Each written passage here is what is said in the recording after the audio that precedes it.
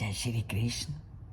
परमात्मा को प्राप्त करना योग की आधुनिक प्रक्रिया है, पर वो योग करें कैसे? और इस परमात्मा को प्राप्त करने के लिए कोई भूखा रहता है, कोई बहुत भोजन करता है, कोई बहुत अधिक तप करता है।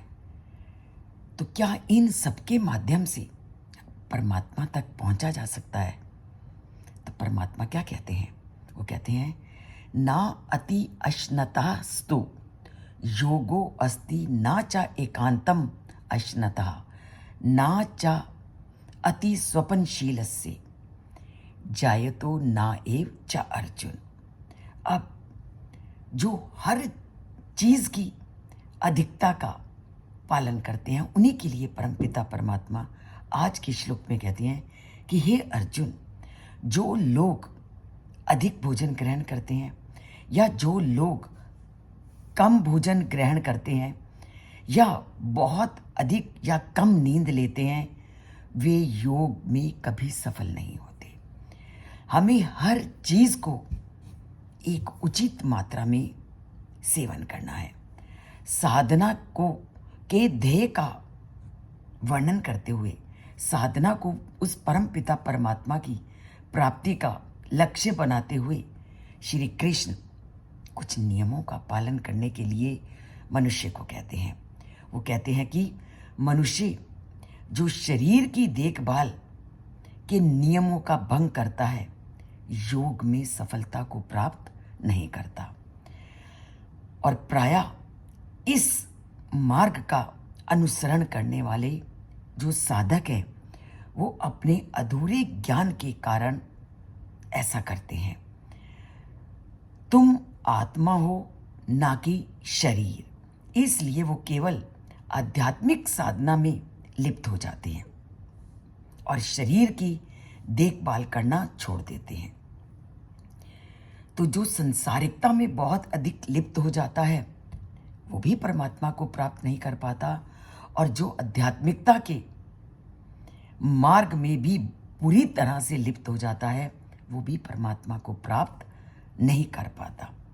तो इसलिए वो कहते हैं कि हमें इस सत्य का ज्ञान होना जरूरी है कि जब तक हम जीवित हैं, हमें हर एक चीज का उचित मात्रा में सेवन करना है। चाहे हम आध्यात्मिक मार्ग में जाएं या संसारिकता में जाएं, हमें हर एक मार्ग में संतुलन बना करके जीवन को चलाना है।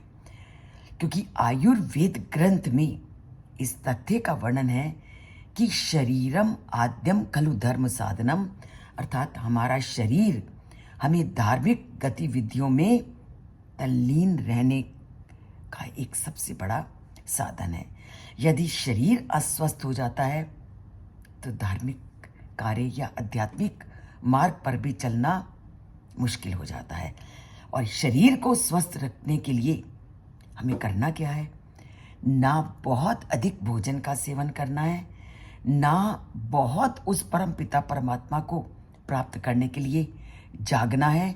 हमें हर एक चीज में संतुलन बनाकर इस शरीर का निर्वाह करना है। और अगर शरीर में संतुलन बना रहेगा, तभी हम अध्यात्म के मार्ग में चल सकेंगे। तो जो लोग अपने शरीर को कष्ट दे करके या बहुत अधिक भोजन का सेवन करके या बहुत कम भोजन का सेवन करके या बहुत एकांत का सेवन करके परमात्मा को प्राप्त करते हैं, ऐसे लोगों के लिए परमात्मा ने आज के श्लोक में पूरी तरह से वर्णन कर दिया है कि किसी भी चीज की अत्यधिकता योग के मार्ग में बाधक बनती है।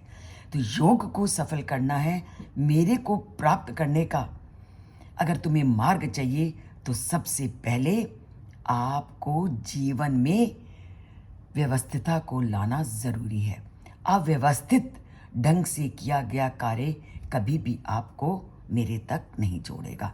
चाहे आप सांसारिक कार्य में जुड़ें या आध्यात्मिकता में, दोनों में परस्पर सामंजस्य बिठाते हुए आपको जीवन का निर्वाह करना है। ये सारी बातें हमारे सारे ग्रंथों में वर्णित हैं, पर ये तभी आप इनका पालन करोगे अगर इस चैनल से जुड़ोगे, उसको समझोगे, जानोगे और गीता के साथ नाता जोड़ोगे। तो जोड़ते हैं गीता के साथ नाता इस चैनल से जुड़कर, इसे सब्सक्राइब करके। सब्सक्राइब एक बार करना है, लाइक अनेक बार करना है। तो बोलिए जय श्री कृष्ण और लिखिए जय श्री कृष्ण।